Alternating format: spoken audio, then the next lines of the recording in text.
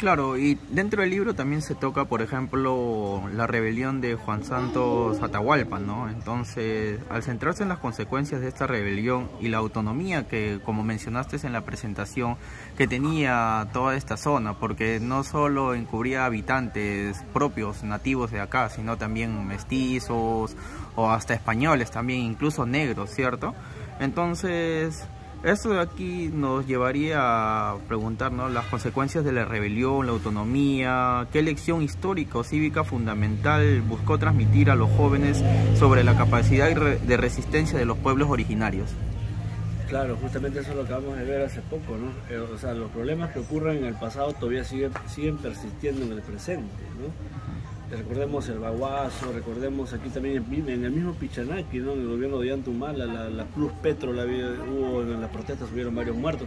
Y esto de aquí viene arrastrando ya desde la época colonial. Como tú bien has mencionado, la más grande rebelión en la selva es Juan Santos Atahualpa, ¿no? Que logra expulsar a los españoles y que su imagen logra penetrar tanto en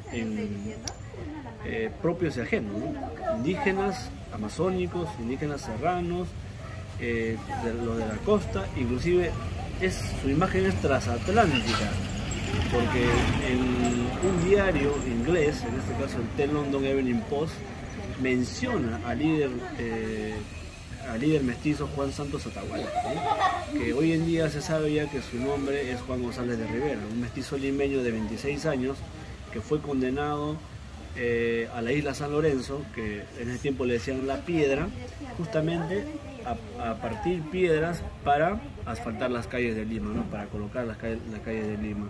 Y fue condenado justamente porque él había adoptado la costumbre indígena amazónica. Se vestía con túnica llamada kushma, se pintaba la cara, usaba arco y flecha, estaba casado con 3 mujeres, era agorero, es decir, adivinaba el futuro con el cántico de las aves o las plumas de las mismas. Y cuando lo han descubierto, en este caso los franciscanos radicales, pues lo han llevado a la cárcel y él, siendo sometido en esta máquina de tortura que era la rueda, se arrepiente, pero se arrepiente por estrategia. Entonces hay una fuga masiva de la cárcel, ¿no? En este caso en 1740, imagino, o 38, y él viene, nuevamente se interna en la selva y ahí planifica su rebelión. Era un tipo muy hábil, con habilidades magníficas, era políglota, hablaba quechua, hablaba chaninca, hablaba español, y inclusive hizo una oración en latín, en Pichanaki justamente, cuando se entrevistó con el padre Vázquez Caicedo.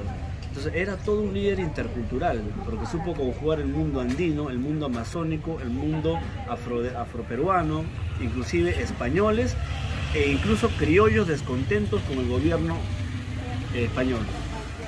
Su rebelión llegó a triunfar en la selva central y desde 1742 hasta el año 1850 era considerado zona independiente y zona de refugio, porque también en las épocas de la independencia, en la guerra de independencia, hay documentación que mencionan que soldados que huían de la guerra, porque la guerra es una cosa tú escucharla y vivirla, en el fragor de la guerra tenían miedo y escapaban a esta zona de la selva.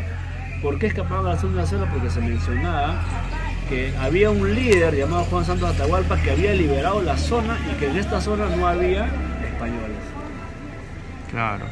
Entonces, si ya nosotros vemos desde la época del virreinato, ya había de cierta manera estas fricciones, esta constante situación de autonomía que vivían los pueblos autóctonos de esta zona, esa independencia es libertad que tanto le gustaba luchar por ella.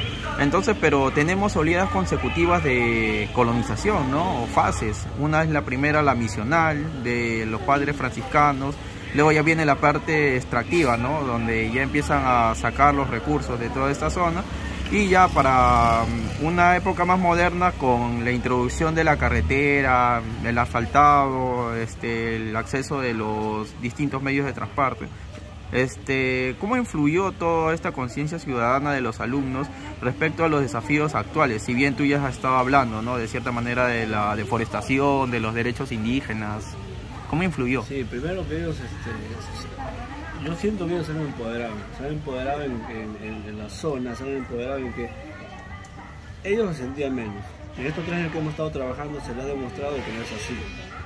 Ya inclusive han leído libros, textos de autores extranjeros que magnifican acá la selva central, ¿no? Entonces, en esos periodos que tú mencionas, que son las entradas, una primera entrada en la época colonial, que son las misiones franciscanas propiamente dicho, la segunda entrada, que ya es a partir del año 1850 en el gobierno de Castilla, lo que ya es una entrada por la fuerza, por el fusil, por las armas, matando indígenas, haciéndolos retroceder poco a poco. Inclusive hay un testimonio de John Lindstrom, un ingeniero que viene a colonizar acá la Merced, donde él dice, ¿no? Le quitamos sus tierras, le quitamos sus mujeres y ellos nos matan, los entendemos, pero este territorio debe ser colonizado, ¿no? Y una última entrada ya, luego de la resistencia, que es ya obviamente por todo lo que ocurría en el oriente, lo que es el caucho, ¿no? Y obviamente en la actualidad también por el petróleo, hace poco por el petróleo, ¿no? En el gobierno de Alan García, en el gobierno de Ollanta, y los estudiantes han podido evidenciarlo, que el territorio ayánica, o la gran nación ayánica que ocupa gran parte de la selva central, es una nación que debe ser respetada, valorada, y por qué no, pues difundida, ¿no? Cosa que poco se hace.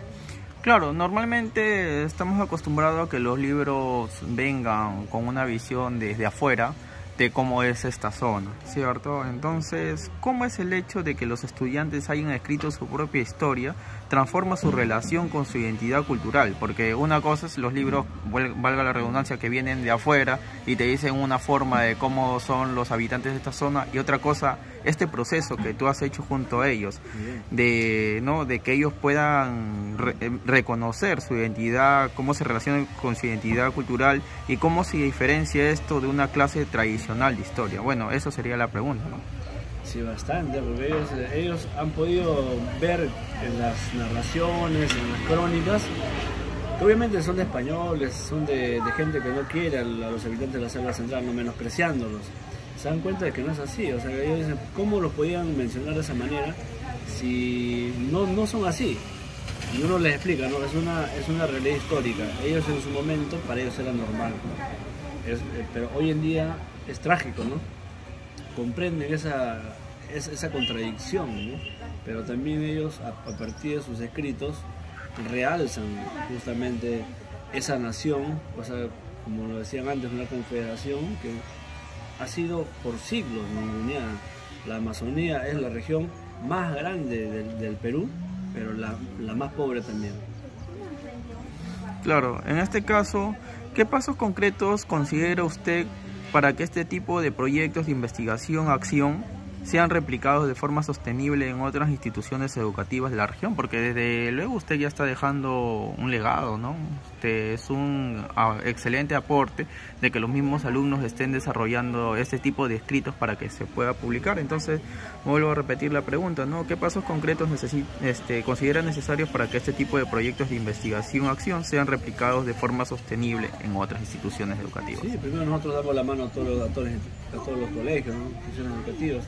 Hemos invitado inclusive a los colegios, ellos conocen del proyecto, ha sido publicado, podemos darles la mano, no hay ningún problema, darles el material, las fuentes sobre todo, más que todo las fuentes, porque ahí es donde ellos van a poder ubicar, y hay mucho material por trabajar, hay bastante tela por recortar acá, y nosotros inclusive hemos solamente trabajado una minúscula parte, y hay muchísimo material por trabajar, solo lo que nos falta es mano de obra, en este caso, nuestros obreros, los operarios.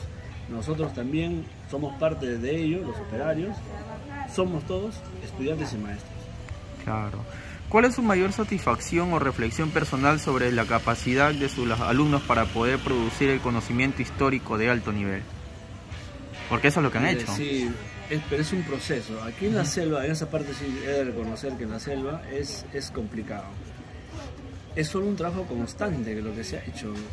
Planificación, inclusive trabajando en las tardes, sacrificando muchas veces. 3 años, son 3 años. 3 años, ¿no? No es tan sencillo, Lo han logrado, lo han logrado. En la presentación he notado su alegría, su entusiasmo, su testimonio. Conocen del tema que han escrito y también del tema que han escrito sus compañeros. Mejor dicho, se conocen el libro. Claro. Ese es el... ¿Hay alguna área histórica o social de la Selva Central que le gustaría explorar con sus estudiantes en obras a posteridad? Sí, la parte arqueológica, que es quizás la que menos hay, ¿no? Porque ahí empieza todo. Es el pasado remoto de los habitantes de la Amazonía y también un poco de antropología.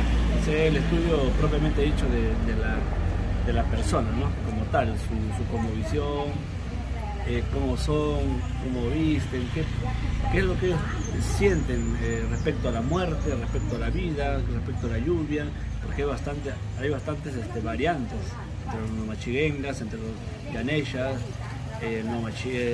ayánica, ¿no? Hay ciertas variantes, ¿no? Eso también me gustaría, digamos, estudiar con mis estudiantes, ¿no?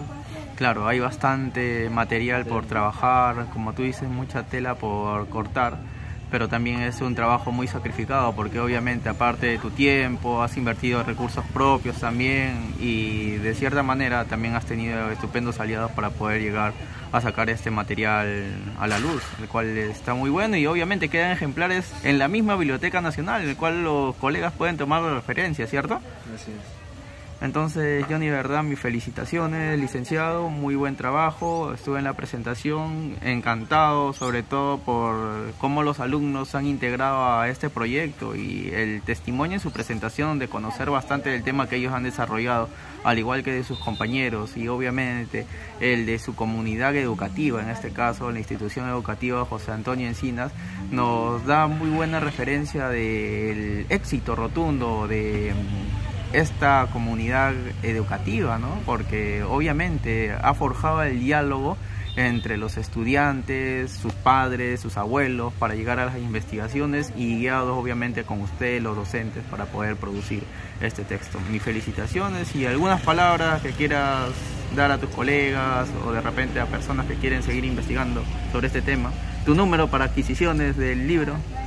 Sí, bueno, que la investigación es una pasión para nosotros, eso es lo que uno trata de inocular en los estudiantes y cómo no seguir nada más por esta senda que es la senda de la historia y de la realidad, ¿no? De la investigación. Mi número es 980 21 26 99, código cita. Para pedidos de libro. ¿Sí? Perfecto, muchas gracias, licenciado, que tengas un buen día.